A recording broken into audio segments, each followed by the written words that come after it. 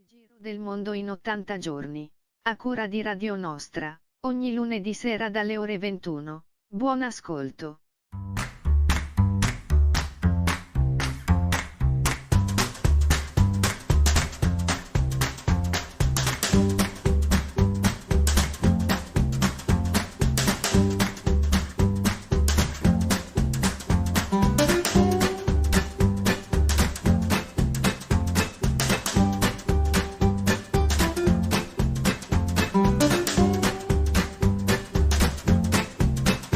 La chitarra di Marino, in questa sigla del Giro del Mondo in 80 giorni. Buonasera a tutti, con me come sempre Omar e Rossella, buonasera, ciao.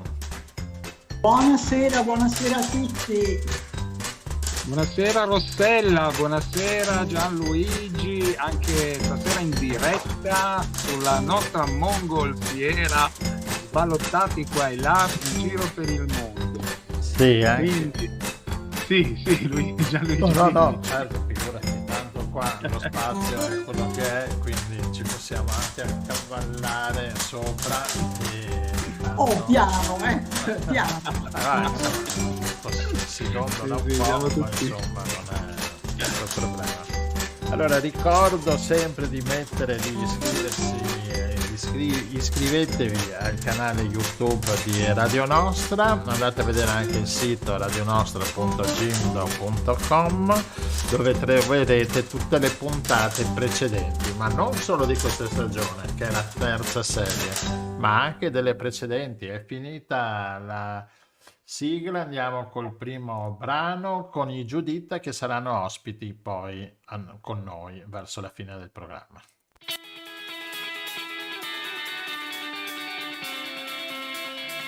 Guarda che si sente la voce.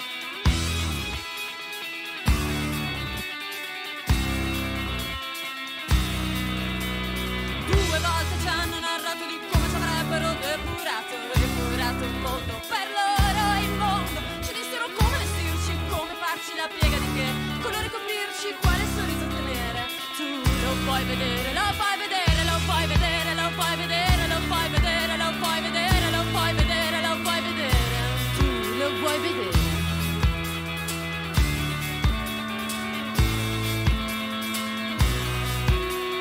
Due volte ci hanno promesso che mica volevano cambiarci, ma forse un poco quel che serviva per uscirne viva, per sentirmi viva, per uscirne viva.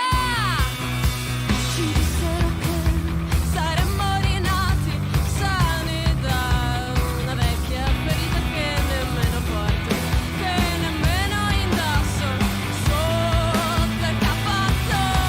20 anni prima, 20 anni dopo, 20 anni prima, 20 anni dopo, 20 anni prima, 20 anni dopo, 20 anni prima, 20 anni dopo, 20 anni prima, 20 anni dopo, 20 anni prima, 20 anni dopo, 20 anni prima.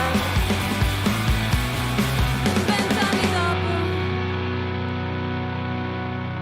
Due volte ci raccontarono la favola e noi a berla da occhi chiusi. Una fantastica favola vera, una fantastica favola vera. Ci dissero che saremmo rinati sani da una vecchia ferita che nemmeno porto, che nemmeno indosso sotto il cappotto. 20 anni prima, 20 anni dopo, 20 anni prima, 20 anni dopo, 20 anni prima, 20 anni dopo, 20 anni prima, 20 anni dopo, 20 anni prima, 20 anni dopo, 20 anni prima, 20 anni dopo, 20 anni prima, 20 anni dopo, 20 anni prima, 20 anni dopo, 20 anni prima, 20 anni dopo, 20 anni prima, 20 anni dopo, 20 anni prima, 20 anni dopo, 20 anni prima, 20 anni dopo, 20 anni prima, 20 anni dopo, 20 anni prima, 20 anni dopo, 20 anni prima. 20 anni dopo. Giuditta, 20 anni dopo, una favola vera, e una favola vera la troviamo anche con il nostro ospite Diego Calon. Buonasera Diego.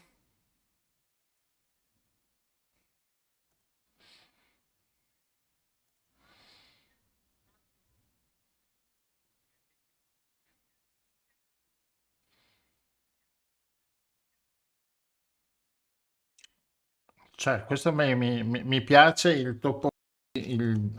Scusate, avevate il microfono spento. Quindi, buonasera, professore Diego Calò, insegnante all'Università di Ca' Foscari, già me lo sono dimenticato.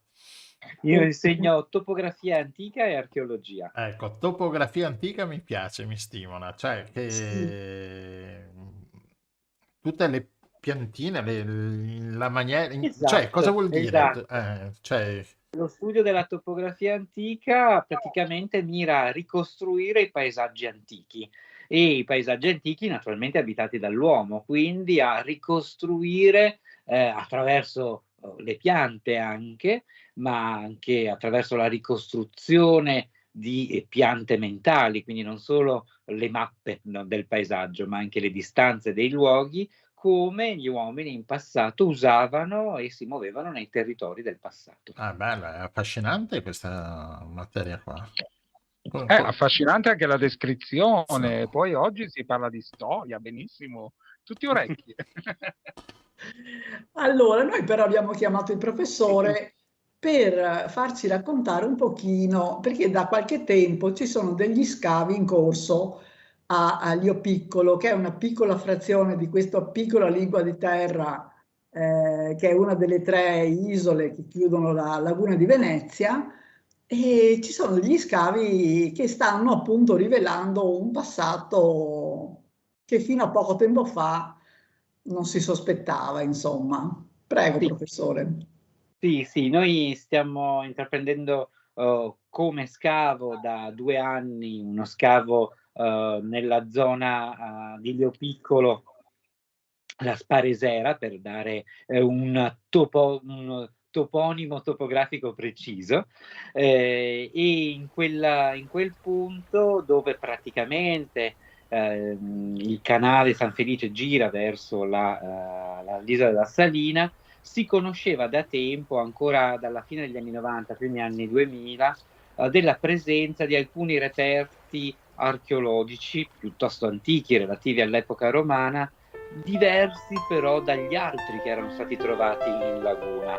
Normalmente in laguna si conosce la presenza di reperti anforici, di anfore, poi magari ne parliamo anche di queste anfore. Ma in quel caso invece a Lio Piccolo si trovavano tesserine in mosaico da pavimento e si sono trovati un certo numero, molti frammenti di affreschi parietali che parietali di una dimora di alto livello di epoca romana. Nel 2000 sono scavati in maniera subacquea, sott'acqua, e si è immaginato che fossero parte di una residenza di alto livello, che noi chiamiamo una villa, in questo caso una villa marittima perché siamo sulla spiaggia, di epoca romana, ed ecco perché siamo ritornati a scavarla dopo avere fatto molti studi sui materiali e studi appunto di carattere territoriale, per tentare di capire che cos'era questa villa in maniera più precisa. E ce l'abbiamo fatta, abbiamo identificato che tipo di costruzione stiamo studiando. Ma allora, nell'area sono attivi due attività di ricerca ad oggi. Una, quella che dirigo io e la mia collega Daniela Cottica, a terra, cioè da parte dell'argine, dove gli scavi hanno permesso di rintracciare proprio quella che noi chiamiamo la pars rustica, cioè la parte produttiva della villa, dove si facevano le attività. Mentre in acqua continuano le ricerche dei colleghi, sempre della mia università, dirette da Carlo Beltrame, dove con ogni probabilità c'è una parte più abitativa. La situazione però è anche un pochino più complicata, perché questa villa non è che ha vissuto qualche anno, ma ha una lunghissima storia di quasi 6 secoli. Infatti i reperti più antichi sono del I secolo d.C., proprio sugli anni, il primo quarto del secolo d.C., quindi subito dopo Nascita di Cristo, ma arriva fino al VI secolo, inizio VII secolo, quindi una lunghissima storia di 5, quasi 600 anni. Nella fase più monumentale, che è quella tra la fine del secondo secolo d.C. e l'inizio del terzo, quindi dal 190 al 220-230 d.C., noi stiamo scavando un enorme edificio in legno che stava affiancato a questi edifici probabilmente di natura abitativa che nelle epoche precedenti erano affrescati. Quindi abbiamo una casa sul mare che però si affaccia sul canale interno della laguna di epoca imperiale, quindi primo secolo d.C., che cambia natura, viene resa più produttiva un secolo dopo e viene trasformata in un luogo dove noi troviamo questo grande magazzino, questa grande struttura di legno che è caratterizzata da fondazioni, direi ciclopiche. Si tratta di pali di quercia del diametro di quasi 1 metro, molto fitti uno dall'altro, quindi a poco più di 1 metro uno dall'altro, che appoggiano su delle travi dai 35 ai 40 centimetri di lato di sezione, rettangolari, accoppiate. Tutto questo scavato dentro l'argilla della laguna, in modo da scaricare il peso in una maniera molto complicata.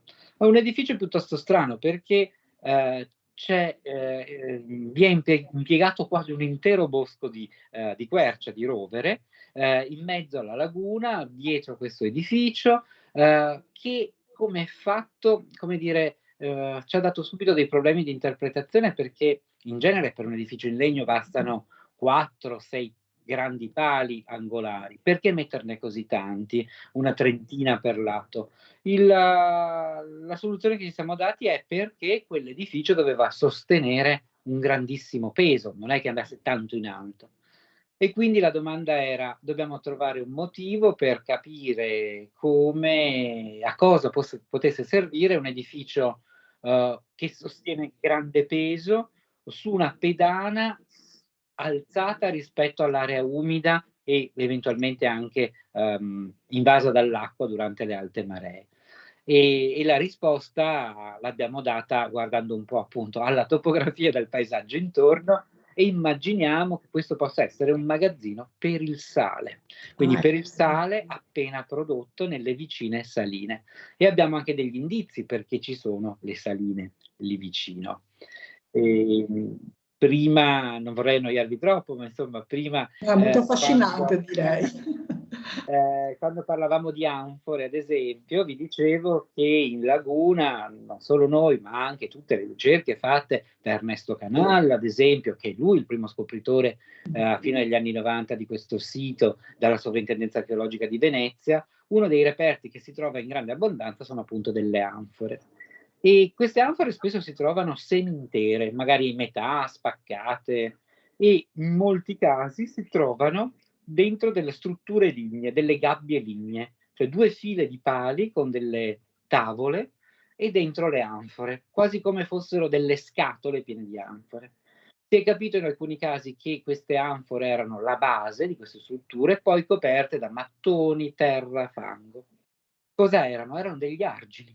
Erano degli argini artificiali costruiti nell'alveo di quella che oggi è la laguna, ma all'epoca era un delta fluviale, per fare che cosa? Per dividere l'acqua dall'acqua e per creare proprio i margini delle saline delle peschiere, dove gli antichi romani, attraverso il lavoro di schiavi, naturalmente, potevano sfruttare al meglio le risorse della spiaggia, del lido. Non è un caso che quell'isola conservi ancora il nome del Lido, perché Lio è il Lido, il Litus Minor, minor piccolo nel senso di sottile, non che fosse piccolo poco importante, ma era proprio un lembo di terra molto piccolo, che tra l'altro adesso con le ricerche geomorfologiche siamo riusciti abbastanza bene a definire nella sua larghezza e nella sua estensione, perché attraverso una serie di carotaggi è possibile capire dove iniziava la spiaggia in epoca romana e dove c'era il terreno, come dire, emerso, dove si poteva camminare e dove c'era invece il mare. E la morfologia è cambiata tantissimo, no? Nel corso del tempo. Allora, è cambiato dov'è il mare, appunto, però la forma dell'isola non era così diversa. C'è un modo per tentare di ricostruire ancora oggi come era fatta la spiaggia il lido romano. Basta guardare le coltivazioni a Lio Piccolo, nel senso che istintivamente chi coltiva l'isola, dove ci sono terreni sabbiosi, ci sono soprattutto coltivazioni di tipo orticolo e i famosi carciofi, mentre nella parte argillosa, più terrosa, che corrisponde alla parte emersa anche in epoca antica, ci sono delle coltivazioni più da frutto, come le famose giuggiole o le viti. E quindi si può tracciare una linea dall'attuale agriturismo alle saline verso la chiesa di Lio Piccolo e poi avanti verso il notturno, per dare un'idea a chi conosce quell'isola, abbastanza simile all'isola di adesso, per immaginarsi questo litus, un po' più stretto, sicuramente però che si affacciava non in una valle lagunare come oggi, ma si affacciava sul mare aperto. Sul mare. Quindi tutto quello che va da non solo Cassavio e Tre Porti, ma addirittura anche Saccagnana e l'isola di Tre Porti, era mare aperto. Ci ricorda un po' gli anni? Erano gli anni? Qui siamo proprio in piena epoca romana, tra il primo, il secondo e il terzo secolo d.C. E il luogo, tra l'altro, è fondamentale, perché non si tratta di un lembo di costa qualsiasi, ma siamo davanti a una spaccatura della costa, quindi c'è un canale, una bocca di porto, la chiameremmo usando un termine più moderno, una bocca di porto naturale, fatta dalla foce di un fiume, il fiume è il Sile. Un fiume, il Sile, che unisce in quell'area le sue acque con un delta di un fiume che lì sfociava in passato. Ora non ci sfocia più perché i veneziani poi nel Medioevo l'hanno spostato, che è il Piave, e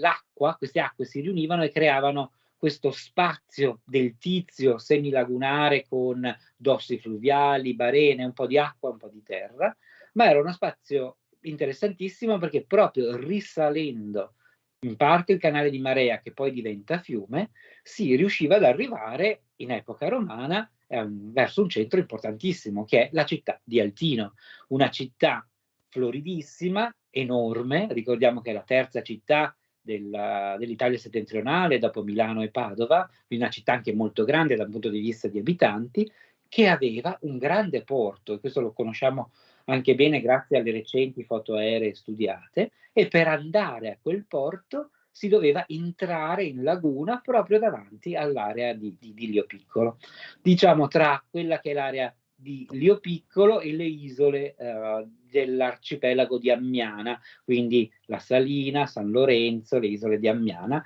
Oggi quel canale non funziona più perché naturalmente il Sile è stato deviato fuori dalla laguna per ragioni idrauliche dai veneziani, ma in passato si arrivava proprio all'altezza, insomma, del sito archeologico di Altino, che sapete essere un po' a nord-est rispetto all'aeroporto Marco Polo di oggi. Sì, Molto professore, affascinante. infatti molto affascinanti anche le immagini che stanno passando adesso sul canale YouTube, che potete vedere per chi sta solo ascoltando in questo momento sul nostro sito di Radio Nostra, e si vedono questi scavi molto interessanti, queste fotografie anche aeree, e mi domando, ma a quanti metri di profondità siete arrivati per trovare quello di cui ci stai raccontando? Certo, e lo scavo è abbastanza profondo, in quel caso anzi molto profondo, arriviamo quasi ai 4 metri e mezzo, perché stiamo scavando in un'area arginale dove ci sono anche molti riporti per alzare artificialmente il terreno, alzato ancora di più poi dopo l'alluvione degli anni 60. In ogni caso però le strutture romane rispetto ai piani di calpestio che abbiamo noi oggi stanno più o meno a 2 metri di profondità. Cioè, quando noi troviamo una soglia di entrata, un pavimento, la preparazione di un pavimento, grosso modo è a 2 metri più basso rispetto a un pavimento di una delle abitazioni, ad esempio, che ci sono a Lio Piccolo o della chiesa di Lio Piccolo, per dare un'idea. Cosa è successo? Come mai sono così profonde? Ed è il motivo anche per cui si sono conservate queste strutture. siamo su un'area costiera di recentissima formazione. Quando i Romani iniziano a impiantare queste strutture produttive di tipo appunto produttivo legate al sale e alla pesca, come la villa di Lio Piccolo, lo fanno su un'area appena formata, quindi i terreni sono ancora molli e molto aerei. Con il tempo la pressione, anche la pressione atmosferica, ricordiamoci un'atmosfera di pressione per 2000 anni schiaccia molto, come pensate noi, no? Che nell'arco della nostra vita perdiamo anche 10 centimetri proprio perché siamo schiacciati dal peso dell'aria, certo. dell'aria, della forza di attrazione terrestre, ha schiacciato quei suoli in una maniera più alta di altri suoli perché erano appunto aerei e recenti. A questo si aggiunge anche il fatto che il livello medio del mare è salito piuttosto velocemente, soprattutto negli ultimi 200-300 anni, e quindi con queste due indicazioni abbiamo una profondità molto alta. E questo è un indice, tra l'altro, che ci dice che probabilmente gran parte della laguna nord, quindi tutta l'area che va da Burano, Torcello, Ammiana, ma anche verso tutta l'area della palude del Vigno, ma tutta la laguna verso Jesolo è con ogni probabilità ricchissima di reperti archeologici sommersi, che noi non conosciamo se non dove l'acqua dei canali più profondi ha liberato i fanghi lagunari e possiamo vederli o in prospezioni subacquee o durante lavori di vario tipo che sono stati fatti per arginare i canali o sistemare i canali. Un lavoro recente fatto da una mia studentessa ha verificato come, ad esempio, in quell'area negli ultimi 20 anni, che sapete che c'è un controllo archeologico, in percentuale circa il 90% di scavi hanno trovato reperti archeologici o strutture archeologiche. Quindi in qualche modo è quasi come fosse un continuo di strutture, spesso strutture legate alla pesca, all'arginazione, però è un mondo completamente tutto da scoprire. Sì, è tutta un'area, no? Con l'area di Portogruario, di Concordia Sagittaria, anche là abbiamo tantissimi, no, reperti. Si sta ancora scavando e si trovano sempre qualcosa, si trova sempre qualcosa. Assolutamente sì. Molto affascinante, e naturalmente questa è l'ennesima prova, se ce n'era bisogno, che la storia di Venezia è molto più antica rispetto alla leggenda della... adesso diciamo leggenda, magari è un termine un po' inadatto, si può proprio chiamare leggenda o addirittura una, come dire, una storia creata ad arte dai veneziani stessi, che in qualche modo, quando hanno iniziato a scrivere di se stessi, a scriversi della loro storia, questo avviene circa 1000 anni dopo dei fatti che stavamo trattando, intorno all'anno 1000, un po' la memoria si era persa di come erano nate le cose sicuramente, ma un po' hanno anche bisogno di scrivere una storia gloriosa. D'altra parte noi tutti tendiamo di avere, no, delle origini gloriose e di ricostruirsi delle origini gloriose, e i veneziani più o meno intorno all'anno 1000, 1100, quando iniziano a diventare una grande potenza, ma di fatto Venezia è una città abbastanza recente che nasce solo nell'Alto Medioevo.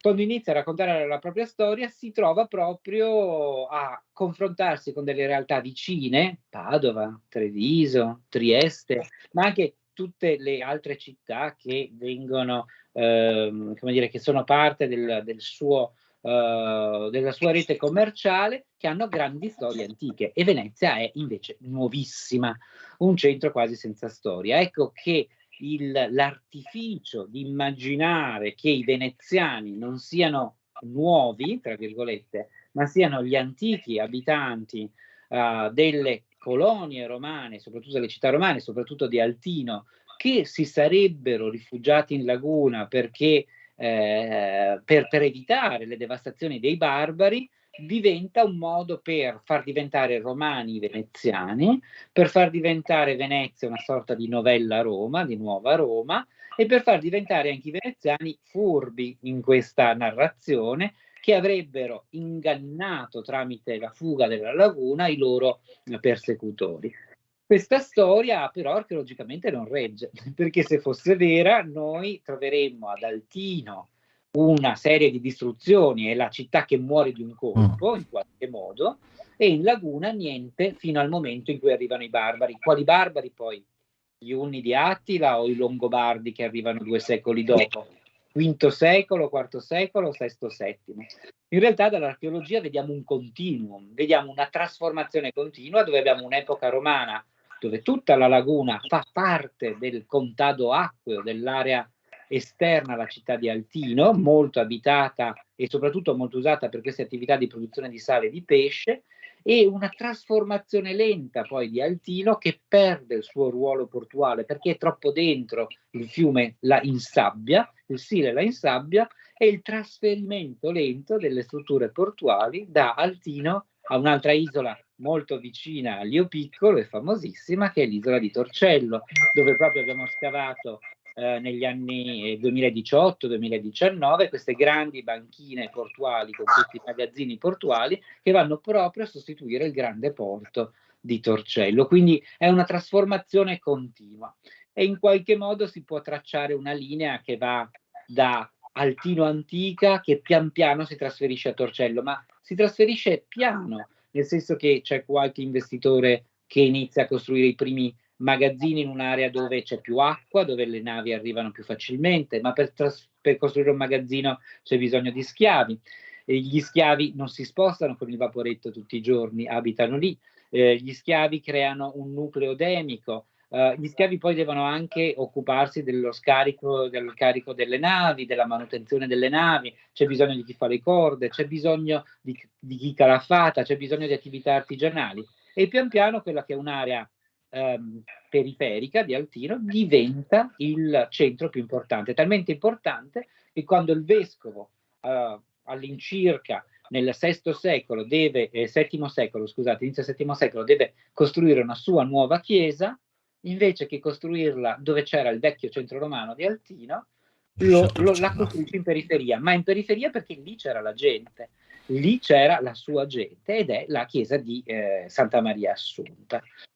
Da lì poi c'è quasi un altro spostamento, perché Torcello a un certo punto non diventa più così interessante da un punto di vista portuale, e rimarrà l'altra parte di Torcello, perché sapete che Torcello è una isola doppia, anzi triplica, con Burano e Mazzorbo, e in epoca medievale, quando già Venezia è nata, le funzioni portuali si sposteranno all'arsenale di Venezia, ma Torcello non c'entra con Venezia.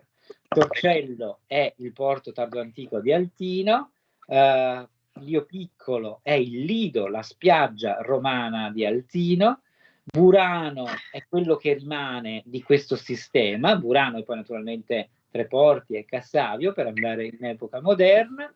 Venezia ha tutta un'altra storia, quindi anche quando ci raccontano che gli altinati prima si sono mossi e sono andati a Torcello e poi da Torcello sono andati a Venezia, è un altro modo di semplificare una storia invece molto più complessa, perché Rialto, Venezia, nasce più o meno nello stesso modo, ma in un altro fiume, con un'altra politica, perché è il Brenta. Esatto. E allora ce lo racconterà anche questa Esatto, storia. allora la richiamiamo ancora, professor Va bene, Diego. molto volentieri. È tutto affascinante, professore, tutto questo racconto.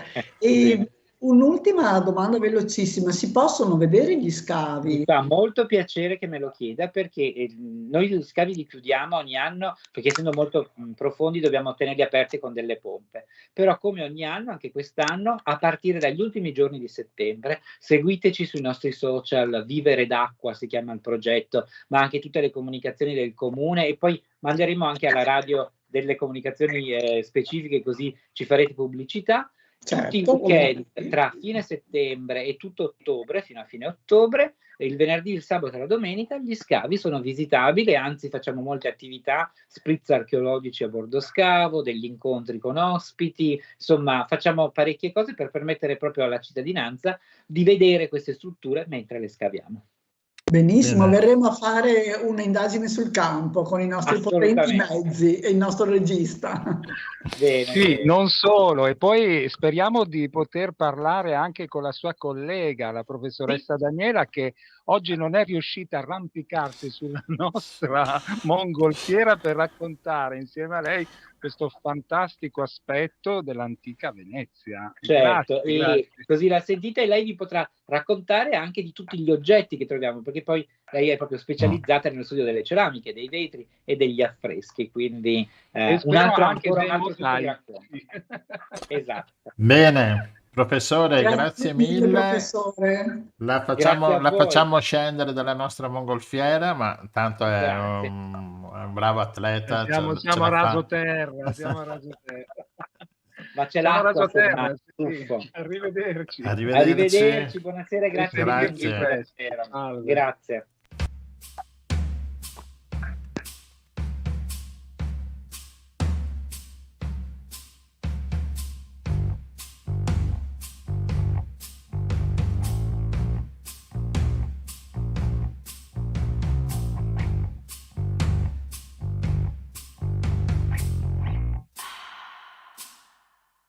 Caro mio Giudeio, te l'ho detto che ci morivo qui. Su quel bel legno è un braceto ricoperto di spine. Io non ci volevo scendere dentro a questo stato, ma m'avevano infamato e implorato e mi chiamavano un re. Ma tu vorresti fare cambio, salire sulla croce e morire per amore di questo volgo qui. Ma tu vorresti fare cambio, ma costruire un ceto ebro non d'aceto, ma d'oro ed incenso sì. Boh. Caro mio Giudeio, te l'ho detto che ci morivo qui. Su quel bel legno ebro d'aceto ricoperto di spine. Vivresti come un re quando io volevo nascere te. Vivresti come un re quando io volevo nascere te. Ma tu vorresti fare cambio, salire sulla croce e morire per amore di questo volgo qui. Ma tu vorresti fare cambio e costruire un ceto ebro non d'aceto, ma d'oro ed incenso sì. No, caro mio Giudeio, te l'ho detto che ci morivo qui. Su quel bel legno ebro d'aceto ricoperto di spine. Vivresti come un re quando io volevo nascere te. Vivresti come un re quando io volevo nascere te.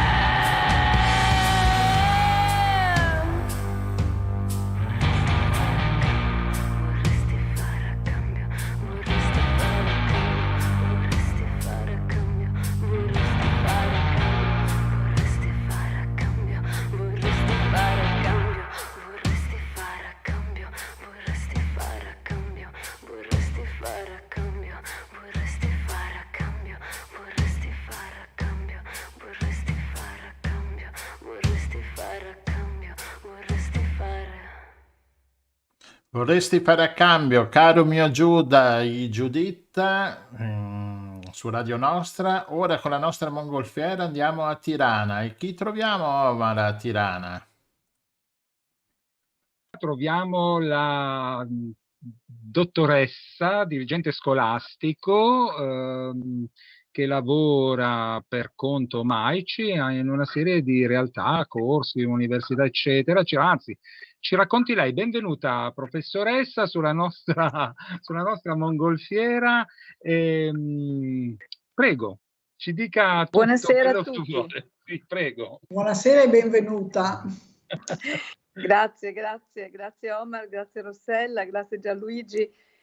Sono molto contenta di questa diretta, anche perché avete fatto un collegamento, direi, molto spiritoso e anche molto coerente tra Venezia, che è stata padrona di queste coste per tanti secoli, e questa città che in qualche modo si sente ancora molto italiana per tanti aspetti. Quindi fatemi delle domande, io sono pronta a rispondere. Allora, Lucia, intanto l'Italia è molto presente in Albania in molte forme, ma anche con le istituzioni scolastiche, no?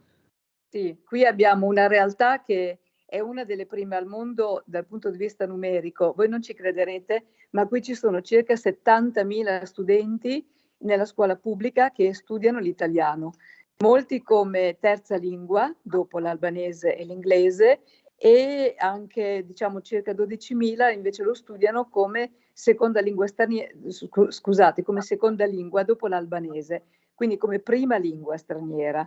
Fanno parte di un percorso che si chiama Programma Illiria e che riguarda circa 120 scuole. Sono tutte collegate a noi. Diciamo che il mio ufficio in ambasciata fa un po' da coordinamento, è un po' un fulcro per i progetti e per tutte le direttive del MAECI. E questi ragazzi seguono un percorso con testi italiani e con bravissimi insegnanti che noi formiamo tutti gli anni e che si sono assolutamente fidelizzati al nostro modo di procedere, al nostro approccio metodologico. Fatemi voi delle domande. E a proposito di approccio metodologico, molto interessante, questo, il programma Illiria è un programma, come hai detto adesso, molto vasto, che riguarda tantissimi alunni e studenti. E poi però ci sono le sezioni bilingui che non credo siano molto frequenti in giro per il mondo.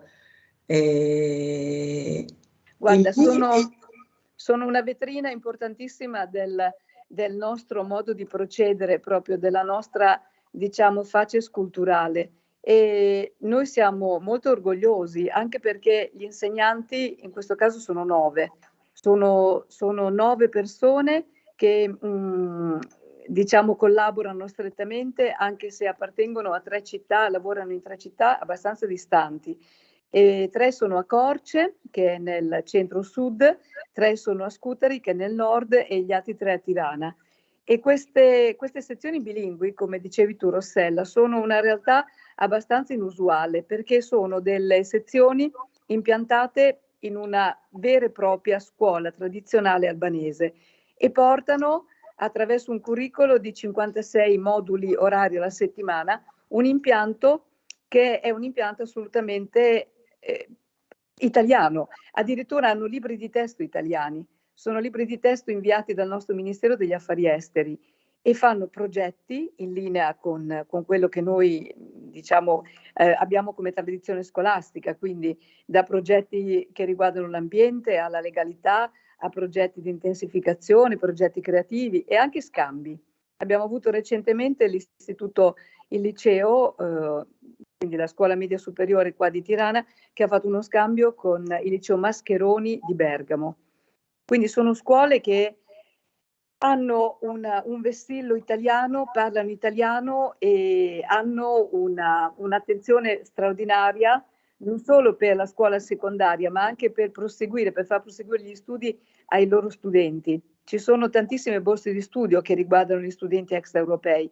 Vi voglio raccontare un fatto assolutamente inedito e so di dirvi una cosa straordinaria. Circa un mese fa, in un hotel prestigioso, moderno, modernissimo, qui del centro della città, si sono riunite ben 45 università italiane. 45 università, tra le più prestigiose, hanno mandato i loro rappresentanti del settore del Dipartimento Studi Internazionali per offrire dei percorsi di orientamento e delle informazioni pratiche a chi si vuole iscrivere alle università italiane.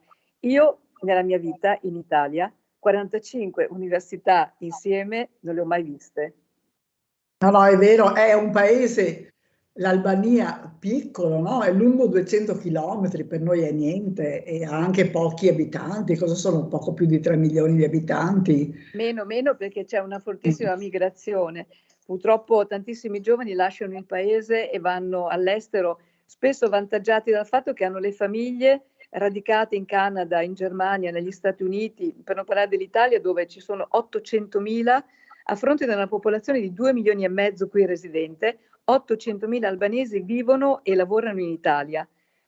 Quindi sono delle cifre veramente importanti. Veramente da capogiro, in effetti c'è più Albania fuori che dentro, come si Ma dice. loro lo dicono, Sì. mi ricordo che dicevano siamo 3 milioni dentro e 3 milioni fuori. E hanno una predisposizione, tra l'altro, incredibile per l'apprendimento delle lingue, per cui non so, gli studenti migliori non hanno inflessione, si fa fatica a magari qualche leggerissima così inflessione, ma parlano un italiano perfetto, scrivono un italiano perfetto e quindi sono agevolati. E la stessa cosa anche per le altre lingue comunque. Per Sì, cui, però l'amore È per vero. l'Italia insomma è molto vivo ancora anche nelle persone anziane, no? Ma guarda, io direi che c'è una forma diversa di attaccamento all'Italia, nel senso che gli anziani possono avere in qualche modo approfittato della vicinanza dell'Italia quando c'era il regime comunista per avere un contatto col mondo esterno, quindi l'Italia era la finestra sul mondo per loro. Sì, chiamiamola Giovani- pure dittatura, perché quello era un regime, possiamo Certo. dirlo adesso, folle e Assolutamente. c'era Che ha una censura lasciato- incredibile, no? Ha lasciato profonde tracce nella gente. Sì. Ci sono ancora profonde ferite, secondo me, da sanare. Comunque i giovani hanno invece un orientamento internazionale che si discosta da questo, cioè i giovani guardano all'Italia per la moda, per le macchine di lusso, per quelli che sono gli status symbol, cioè proprio il modo di vivere italiano è un modo che piace moltissimo. E guardiamo i ristoranti, ovunque qui si mangia italiano e ci sono migliaia di prodotti che vengono dall'Italia, quindi c'è un'importazione molto, molto attenta e noi abbiamo fatto progetti molto interessanti sul gusto della lingua italiana, sulla salute, sulla nutrizione, perché al di là della cucina tradizionale, che apprezzo molto anch'io, c'è proprio un amore per il gusto italiano. Sì. E che unito alla ospitalità orientale, diciamo, rende l'Albania un paese veramente molto piacevole, molto accogliente. Esatto. Ma Confermo. io ho visto recentemente, anzi ho partecipato recentissimamente a una bellissima, importante convegno che avete organizzato sul rispetto e prima con Rossella dietro le quinte parlavamo proprio della parola rispetto, come in Albania poteva essere in qualche modo così gestita e apprezzata. Come Guarda. mai è arrivata questa idea di questo tema? Guarda, allora, io ti devo essere sincera. La genesi di questo convegno è stata una scommessa tra me e Angelo Luongo della WIL. Io avevo voglia da tanto tempo di invitare qui il segretario nazionale della WIL, il segretario generale Giuseppe D'Aprile, che ha fatto della parola rispetto una specie di slogan, una specie di leitmotiv.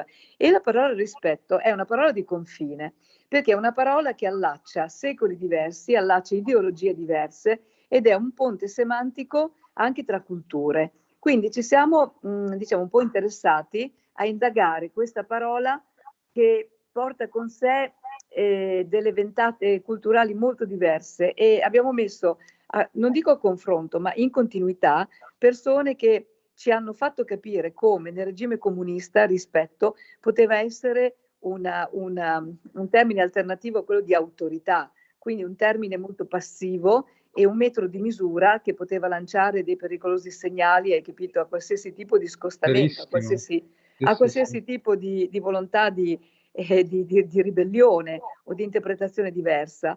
Ecco, al giorno d'oggi per noi italiani, per noi diciamo portatori di questa educazione alla legalità, educazioni di genere, per noi il rispetto invece ha un seme assolutamente orizzontale, cioè il rispetto è qualcosa che lega tutti nella stessa misura, in un concetto assolutamente, come posso dire, egualitario, e dove appunto c'è il rispetto per l'altro, c'è il rispetto per la donna, c'è il rispetto per i diritti umani, c'è il rispetto per il bambino, e quindi per noi il rispetto è un antesignano, una porta che apre ai diritti, mi spiego. Certo, Altre certo. persone hanno fatto un excursus invece di tipo storico-semantico, e quindi ci siamo resi conto come nei secoli passati il rispetto poteva avere anche un valore religioso, significava osservanza, esecuzione fedele degli ordini, era, come posso dire, la performazione di una regola, di una norma. E al giorno d'oggi, per converso, il rispetto può essere ancora come posso dire, una misura molto importante, ma di difesa nell'urbanistica, quando parliamo di zone di rispetto. Mi spiego? Perché comunque parliamo di tutela di edifici e di monumenti di interesse storico. Per cui questa parola rispetto l'abbiamo indagata sotto tanti punti di vista, e alla fine ci siamo resi conto di come queste discussioni servono, perché mettono a confronto non solo punti di vista, ma mettono a confronto tante tradizioni e rilanciano in fondo il significato verso una nuova frontiera. E questa nuova frontiera, a mio avviso, scusate se esprimo la mia opinione, è proprio la geografia culturale che si sta concretizzando, Delimitando sì, oggi, certo. esatto, in questa parte dell'Adriatico, dove comunque l'Italia meridionale, in particolare la Calabria e la Puglia, stanno lavorando tantissimo con l'Albania. Ci sono famiglie, ci sono università, ci sono collegamenti aerei, e quindi c'è una parte di Mediterraneo che comunque ha rispetto per le proprie tradizioni, ma sta immaginando anche un futuro diverso. Ecco, a proposito appunto del passaggio, si parlava della Puglia, del canale, del mare Adriatico. Sono passati 40 anni da quella famosa nave, no, che è Allora, arrivata nei porti, Bari. Di esatto, Brindisi. di Brindisi. Brindisi. 40 anni, quanto è cambiata l'Albania in 40 anni? Ma guarda, io credo che l'Albania sia un'altra realtà rispetto a quella di 40 anni fa, ma comunque io sono anche convinta che la gente, soprattutto quelli che hanno dai 50 anni in su, hanno dentro dei segni importanti di attaccamento, non dico di nostalgia, ma comunque si portano dietro tanti ricordi. E, cioè, per noi italiani è difficile cogliere a volte dei segni, come posso dire, di poesia, di letteratura, di note che sono delle note dolci verso questa realtà che li toccava quando erano piccoli. Loro, in fondo, molti di loro hanno vissuto la loro giovinezza, capisci? In un modo completamente diverso dal nostro.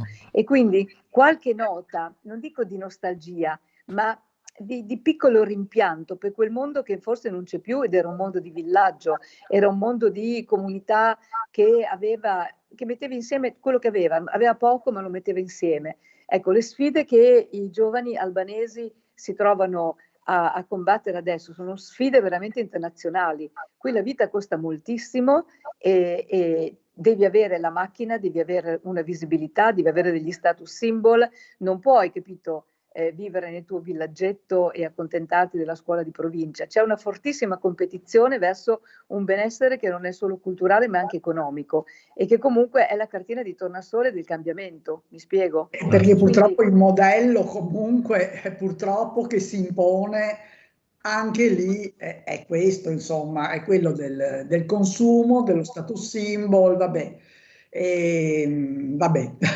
Diventa un Rossella, discorso complicato. Se posso intervenire, non è solo un modello di consumo, è anche un modello culturale, perché guarda, io ti vorrei far vedere come in certi angoli di strade ancora adesso apparecchiano la strada con migliaia e migliaia di libri vecchi. E io ho chiesto, ma perché questi libri? Che senso ha apparecchiare la strada con libri che sono vecchi libri di letteratura, libri desueti, e loro mi dicono che per tanti anni non hanno potuto leggere, per cui anche questo apparecchiare i libri per strada, capito, non è consumismo, è proprio un inno alla libertà, è un inno a una forma così di autonomia di pensiero, di cultura. È difficile entrare nell'esperienza di persone che comunque hanno sofferto molto e sono state costrette alla chiusura. Diciamo anche che è un paese che sta cambiando alla velocità della luce, cioè io ci sono stata a distanza di 4-5 anni dopo che ero partita, ed era un'altra cosa completamente, almeno guardando, almeno quello che si vedeva, ecco. Per cui esatto. no, bisogna dire, però insomma, un paese molto interessante e confermo. E ci ha fatto piacere, ecco, forse la parola rispetto ha una valenza anche in senso verticale, a seconda delle generazioni, almeno per quanto ho potuto vedere. Grazie Va mille, bene, Lucia, grazie. molto interessante questa finestra sull'altra sponda dell'Adriatico. Va bene, allora grazie a tutti e un saluto a tutto il mondo, visto che voi siete collegati in radiovisione, in radioascolto. Ciao, vi abbraccio a tutti, grazie. Ciao, grazie mille. Grazie Ciao. per i tuoi interventi. Ci rimane la voglia della focaccia, magari in una prossima volta ci racconti meglio il progetto sulla focaccia. Okay? Te la porto a Roma. Ciao. Ah, grande, grazie, buona serata. Ciao.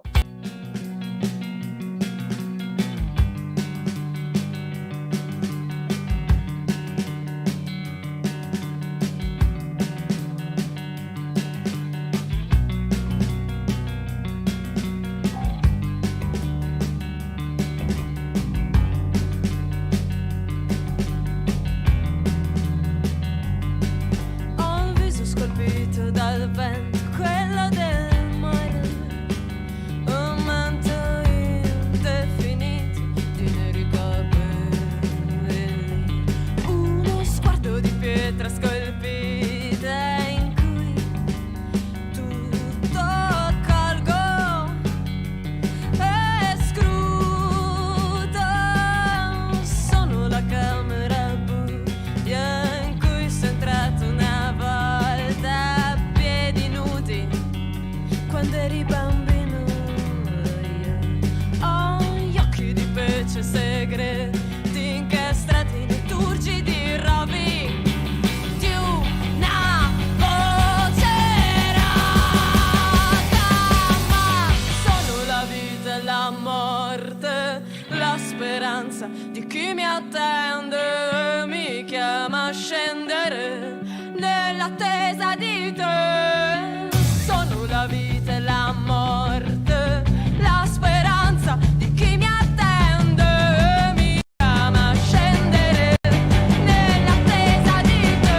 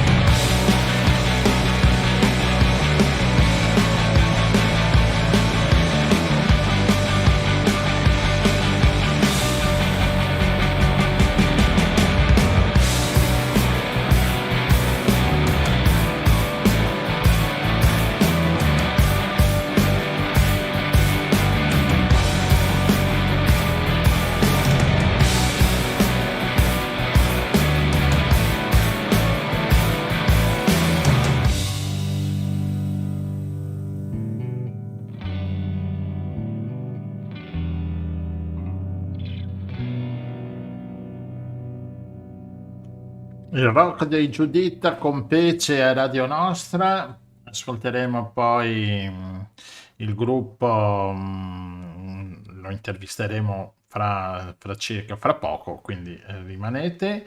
E terzo ospite, siamo vicinissimi col terzo ospite. È qui, è già salito in mongolfiera con l'architetto del Verde Paolo Nardin. Ciao Paolo.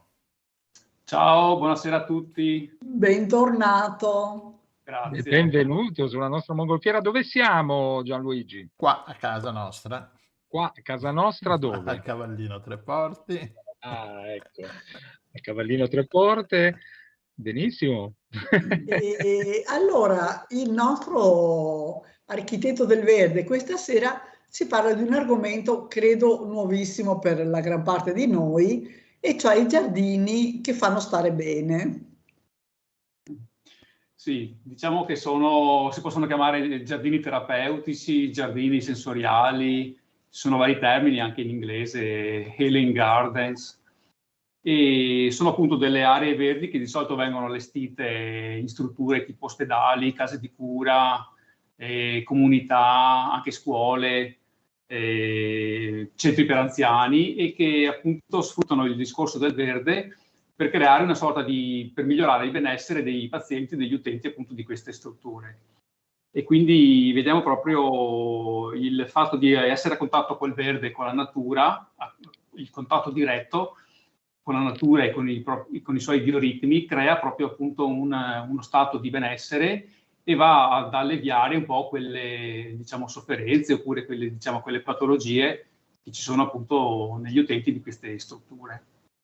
Ma infatti una cosa che ti voglio chiedere, allora tutti abbiamo sperimentato che una camminata nel verde ci tranquillizza, ci rasserena, però è una cosa così istintiva, no? Mentre in questo caso ci sono proprio degli studi alla base che hanno verificato. Sì, sì, ci sono proprio degli studi scientifici, diciamo, che hanno fatto praticamente degli esperimenti ed effettivamente c'è un miglioramento dello stato di stress e di ansia dei pazienti, perché proprio i colori, i suoni, i profumi della natura vanno ad influire appunto su questo stato psicofisico delle persone. E è importante però appunto seguire delle indicazioni, perché ci sono proprio delle indicazioni specifiche sulla costruzione di queste aree verdi, di questi giardini. E innanzitutto diciamo, per quanto riguarda la scelta delle piante esatte, specifiche, e dopo anche per l'allestimento, diciamo, delle strutture che vanno ad accompagnare appunto questa zona. Quindi tutta l'attrezzatura che riguarda le panchine, le aree di sosta, i punti d'acqua, ecco, c'è tutta una serie di cose di accompagnamento che vanno diciamo, progettate per far sì in modo che queste aree, diciamo, producano proprio questo benessere. E quindi ci sono dei criteri che l'architetto, chi è che progetta queste aree? Un architetto del verde? Sì, tendenzialmente sì. Dopo chiaramente ci confrontiamo magari con altri esperti, che potrebbero essere degli agronomi, anche degli artisti magari, che possono inserire delle sculture, delle installazioni proprio per stimolare appunto i cinque sensi, ecco, varie figure che possono collaborare e così realizzare un progetto completo.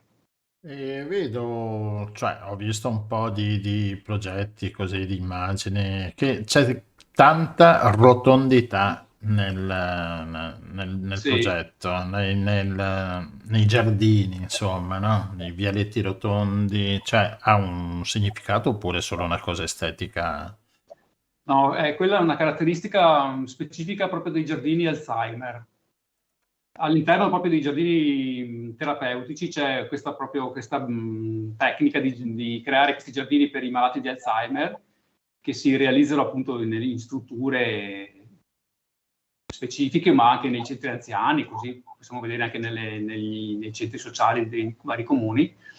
E la caratteristica principale è proprio creare un percorso circolare, un po' sinuoso, però l'importante è che sia circolare e che sia privo di deviazioni e di incroci. proprio perché per evitare quel senso di spaesamento e disorientamento che hanno, diciamo, la maggior parte dei malati di questa patologia.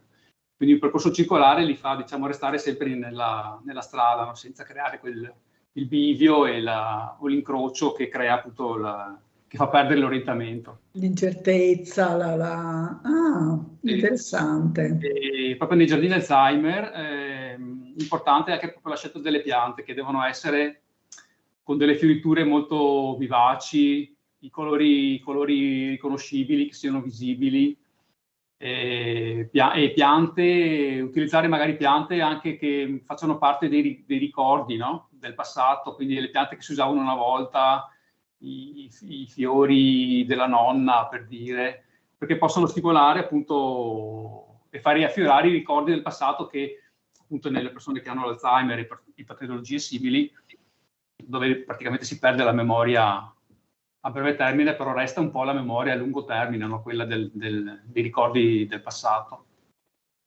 Ma sono molto diffusi in Italia questi giardini? Si stanno diffondendo abbastanza in questi ultimi anni, si vedono abbastanza, diciamo, nelle varie strutture dedicate che hanno aree verdi, aree scoperte, diciamo, sufficienti, tanti iniziano a farli. E, infatti alcune foto che vi ho mandato fanno parte di una realizzazione che ho fatto io qua in zona. Infatti le stiamo vedendo per chi sta ascoltando, ricordo sempre che può andare su YouTube poi a vedere il podcast e ci sono tutte le immagini che stanno passando. Ci sono dei giardini molto interessanti con tutte queste strutture, immagino proprio per evitare incidenti o comunque per aiutare le persone che hanno più bisogno ad essere a contatto poi con queste realtà. Io le faccio una domanda a bruciapelo subito così, perché ne approfitto. Se uno ha un piccolo terreno a casa sua, tipo un piccolo giardino squallido, per farlo dire, un pochino più sensoriale o un pochino più animato, quali sono le 2 o 3 cose assolutamente indispensabili da poter tenere in mente o da richiedere? Ecco. Allora, diciamo per un utilizzo privato, diciamo. Sì. Allora, sicuramente piante profumate e colorate e che stimolino ad esempio anche le sensazioni tattili, no? Ci sono delle piante che hanno quelle foglie vellutate oppure cortecce magari possono essere lisce oppure molto ruvide. Ecco, comunque i profumi, i colori, il tatto e le sensazioni tattili delle piante secondo me sono le cose che sono anche quelle, diciamo, più riconoscibili, che si possono utilizzare anche in un giardino, in un piccolo giardino privato. Ah, questo è meraviglioso, Rossella, quindi dobbiamo ascoltare questi utili consigli per... Guarda, io già confesso, ogni tanto vado vicino all'ulivo e lo accarezzo perché ha una corteccia che mi piace tantissimo. Che meraviglia! Sì, sì. È un elemento molto importante in tutti questi tipi di giardini, ma si può fare anche nel privato, è l'elemento dell'acqua, no? Quindi basta anche magari una cascatella, una fontanella, una piccola fontana, un piccolo laghetto, perché proprio il suolo dell'acqua stimola appunto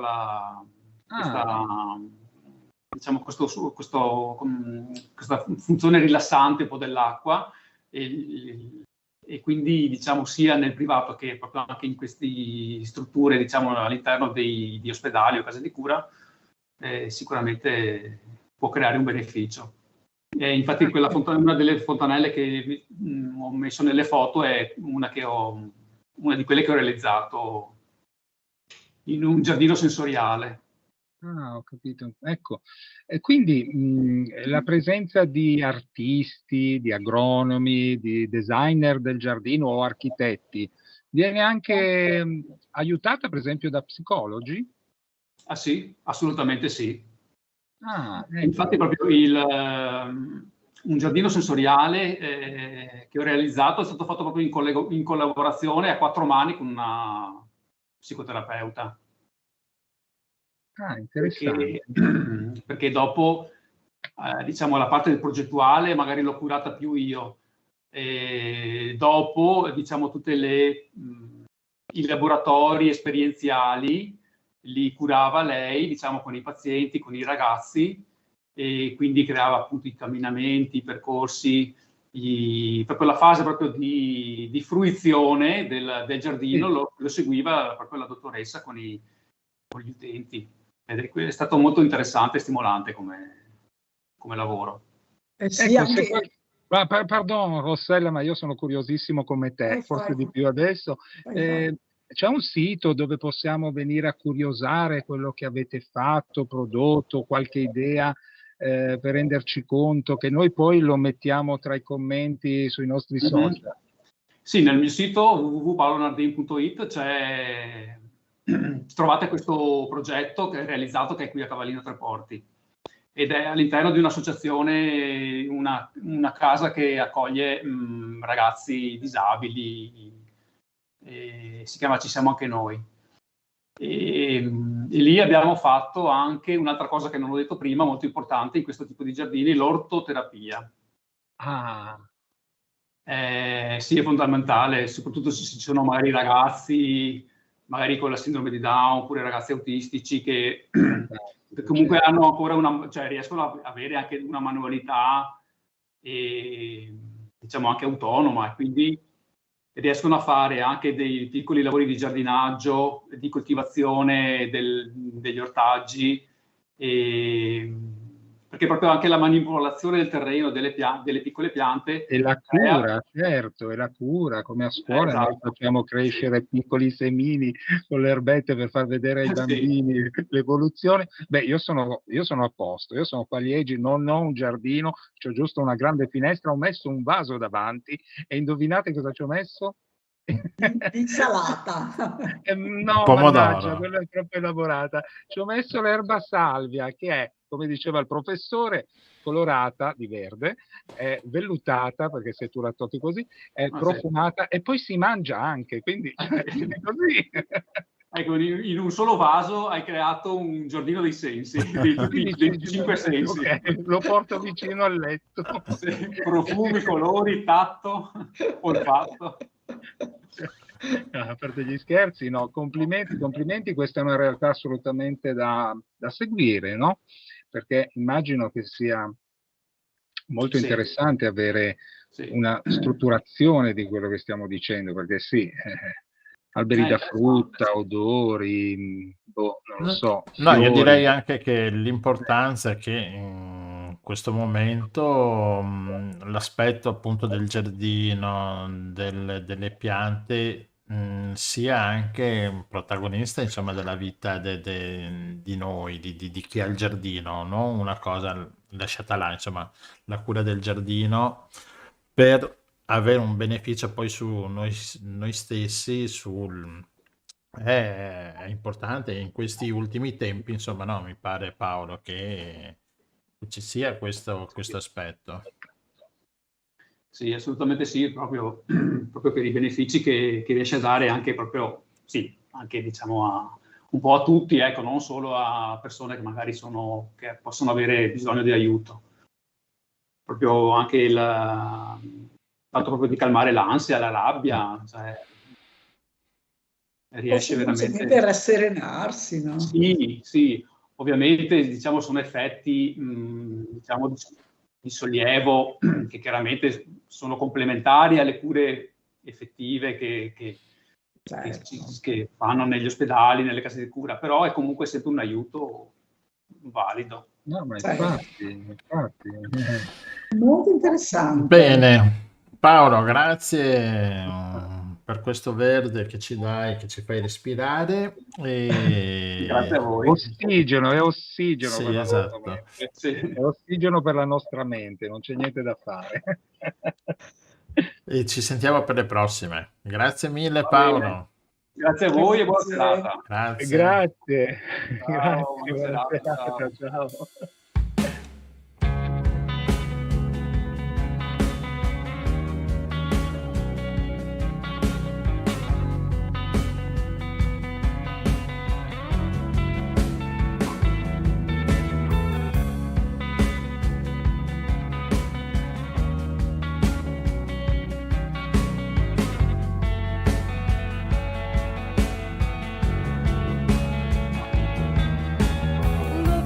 c'è chi guidano popoli e c'è chi verso l'abisso, un popolo grasso e scisso, nel qual fughi bellina che ruotano sulla stessa moneta dorata, come la sedia su cui seggono, da cui non vedono che la ruota non gira in questa gara in cui vince chi la moneta la tira. Governanti c'è che guidano popoli grassi verso il lusso, ammassati sui loro porci che a morsi rispingono nella gabbia. Ma siamo paia delle bestie, gonfie di ogni ghianda del cortile, in fila ci ammassiamo per mangiare, per abbracciare tutti la stessa portata. Io sono quel porco e giro sullo spiedo, e tu sei quel magnate che mangia pancia piena. Oh, sono quell'orco e giro nel bosco, ma tu sei incastrato fra le mie zampe.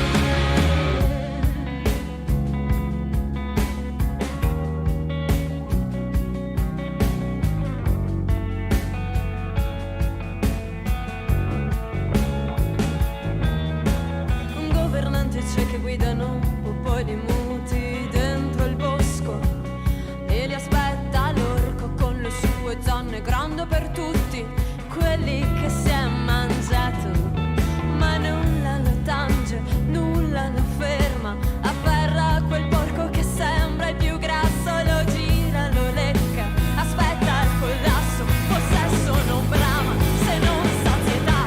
Io sono quel porco e giro sullo spiedo, e tu sei quel magnate che mangia pancia piena. Oh, sono quell'orco e giro nel bosco, ma tu sei incastrato fra le mie zampe. Io sono quel porco e giro sullo spiedo, e tu sei quel magnate che mangia pancia piena. Oh, sono quell'orco e giro nel bosco, ma tu sei incastrato fra le mie zampe. Porco orco, i Giuditta qui da noi e finalmente sono arrivati. Apriamo il microfono per Francesco e Francesca. Ciao, Ciao. Ciao. eccoci qua. Tutti. Ciao, benvenuti sulla nostra mongolfiera. Siamo arrivati a Brescia in questo momento e ci sono due Sì, dell'equipe. è metà, è metà del gruppo. Abbiamo metà gruppo perché tutti e quattro non ci stavano nella mongolfiera e quindi abbiamo dovuto... Li chiameremo la prossima volta. Esatto. Allora, Assolutamente. come avete una bella musica rock, bella forte, no? Sì, no, sì, allora diciamo che soprattutto nelle EP che state sentendo stasera, sì, abbiamo dei suoni abbastanza importanti, mettiamola così, e soprattutto sono suoni molto, come dire, Live. molto live, esatto, Sì. no? Come primo progetto abbiamo pensato di suonare anche sul disco quello che poi avremmo suonato effettivamente dal vivo, e quindi è stata un po' quella l'idea, tutto registrato in presa diretta. E no, guardate, proprio adesso siamo in studio che stiamo invece lavorando a qualcosa di, come dire, un pochino più elettronico, un po' più... Sì, sempre con una base rock, Sì, però ci stiamo un po' spostando. Ci stiamo un però, po' spostando, però questo primo EP era proprio una fotografia di quello che uno spettatore trovava poi ai Sul nostri palco, concerti, esatto. quindi quello, registrato così. Allora, voi siete musicisti da parecchi anni, no? Che però, insomma, vi siete trovati e avete creato questo Giuditta. Spiegateci un po', raccontateci un po' com'è successo. La genesi del nome. E anche non la lo so. genesi, esatto, perché Giuditta mi viene in mente oggi parlando con mia moglie, modello Giuditta del film di... È vero. Grande Benigni, sì. Esatto. Allora, diciamo che noi siamo 4 musicisti che per anni non si sono mai incontrati, cioè almeno non nella musica. Magari un po' tra di noi qualcuno si conosceva già, io e Francesco ad esempio abbiamo fatto le scuole insieme, ma non abbiamo mai assolutamente suonato insieme. Quindi ognuno sulla sua strada, ognuno con un percorso super diverso, perché veniamo da 4 ambiti musicali davvero differenti e questo è stato un bello Mix. scoglio all'inizio, sì, perché comunque Francesco aveva avuto anche già lui un progetto di scrittura musicale, come lo definiamo? Si è bloccato. Fo- Ah no. Ci sta pensando. Sì. Poi anche lì un po' di strumentista che poi si è immerso nel jazz. Ludovico al basso viene dal mondo jazzistico, io sono una violinista prima di tutto, quindi vengo dal mondo della classica. E Yuri viene da tantissimi generi alla batteria. Hip hop, metal, punk, sì, un po' di si è dato a di tutto, però ecco, quindi questo era il background. E questo cos'è che vi ha messo insieme? Questa Ludovico, sinergia. prima di tutto. Sì, il nostro- Allora, prima di tutto il basso, Ludovico, Esatto. che è un uomo molto alto. E lui, diciamo che in un primo momento io e lui avevamo iniziato a scrivere dei pezzi. Eccolo qua, lui si chiama? Ludovico. Ludovico. Ecco, ho messo la foto di Ludovico. Grande. Sarà felice. Esatto. E niente, avevamo iniziato a scrivere dei pezzi e poi lui ha subito pensato a Francesco e a Yuri, subito, immediatamente, e siamo entrati in saletta. Poi ovviamente i pezzi portati in saletta hanno iniziato a prendere una forma totalmente differente e poi suonare insieme ci ha portato ad avere anche un suono molto molto differente che è cambiato poi nei mesi e negli anni. Sì, sta ancora cambiando un sacco. Sì. Cioè, un pezzo alla volta si va avanti. E quindi negli anni cambierà ancora? Speriamo, ce lo auspichiamo, sì. ecco, se no disastro, sì. Ascolta, voi avete cominciato il vostro giro, la vostra tournée, siete già stati in parecchi posti, ho visto, no? Sì, no, per ora diciamo che aprile è stato bello intenso, soprattutto alla fine, che abbiamo bazzicato sempre stati a Perugia, Piacenza, Mantova, così. E adesso in realtà adesso abbiamo 3 settimane di pausa, poi giugno di nuovo abbiamo Firenze, Pistoia, poi verso Parma. luglio Parma, Firenze. esatto, quindi insomma no, stiamo cercando di girare il più possibile perché essendo comunque il nostro un genere, appunto, come avete avuto anche modo di sentire, che va suonato, adesso ci stiamo concentrando soprattutto su quello, nel senso in studio stiamo lavorando a pezzi nuovi, però per ora il nostro obiettivo è quello di suonare in giro il più possibile, quindi Sì, siamo un po' alla vecchia da questo punto sì, di esatto, vista. No, vabbè, Cioè, anche perché ci si diverte di più a suonare, no? Sì. E poi ti fa crescere un sacco. Cioè, la cosa che abbiamo visto è che serve tanto a noi, cioè serve tanto a noi trovarci su palchi differenti, su palchi in cui nessuno perché fino a quando suoni a Brescia è un conto. Quando esci da Brescia, chi cavolo sei? Nessuno, totalmente nessuno. E quindi cioè il bello è quello, cercare di vedere il pubblico nuovo, qual è la risposta e qual è anche la nostra risposta quando ci dobbiamo esatto, e far conoscere anche le vostre... Avete trovato dei pubblici, non so, che vi ha osannato, altri che vi ha... Esatto. Ma allora dipende, nel senso che in realtà per ora abbiamo avuto sempre la fortuna comunque di suonare in posti accoglienti, nel senso, cioè, per quanto magari fossero serate strane organizzate a caso con una marea di gente che suonava, però le persone che poi venivano ad ascoltare erano sempre lì comunque per ascoltare, per la maggior parte, no? E quindi cioè, già quello fa tanto. E quindi che fossero 5 persone, che fossero 80, era comunque sempre avere degli occhi che ti guardavano e delle che ti ascoltavano. Quindi no, è stato sempre molto bello. Abbiamo sempre avuto dei feedback molto positivi. Quindi sì. Cioè, diciamo che non c'è ancora nessuno che grida il nostro nome, quello assolutamente no. Vabbè, ci sarà. No, non è vero, perché a Mantova hai avuto Ah, già, sì. una tua alunna di Sì, no, è scuola. venuta la mia alunna che io Ah, insegno alle medie, è venuta la mia alunna che ha costretto i genitori A a partire da portarla. Brescia. e quindi c'era già il Quindi, no, primo era davanti, gruppo, le il parlava primo tutte. Lei le gruppo sapeva fans. tutte però, Lei le Sì. sapeva tutte, è vero. Sì, lei è la mia fan numero 1. Ecco. Grande, viva. Sì. Sì. Ma quindi la salutiamo anche da qua, la tua fans numero 1. La giovane Lucrezia, sì. Sì, bravissima. E i genitori di Lucrezia, Esatto, anche perché esatto. poverini. Sì, esatto. Supporter. Assolutamente. Sì, folle. Bella folle. Esatto. Ci sta, bello. Va bene ragazzi, grazie per questo incontro, questo dialogo, questo salottino che abbiamo creato con voi.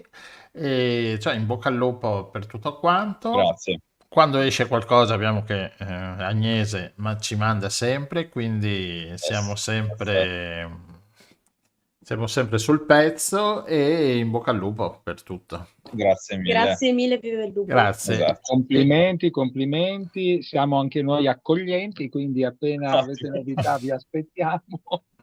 Vero Rossella? Ma naturalmente. Grazie mille a voi, davvero. E adesso ci ascoltiamo Corri qui. Top. Buona serata. Ciao a tutti. Bene, ciao ragazzi, complimenti Ciao. ancora. Ciao. Grazie.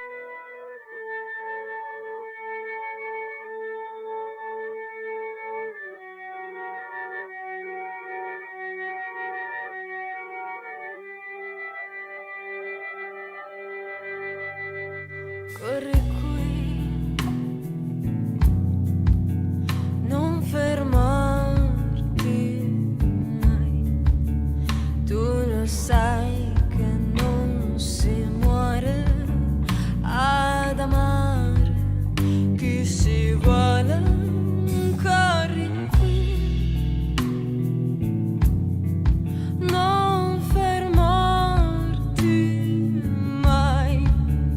Qui da me ti farò rinascere, se ti fidi di me, come una mano che non sa toccare, come una bocca che voglio sfiorare, come il giardino in cui ci abbracciamo,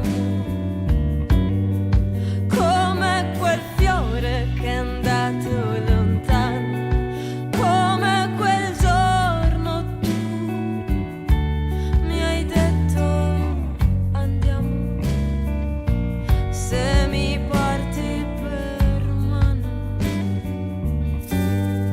ti farò rinascere,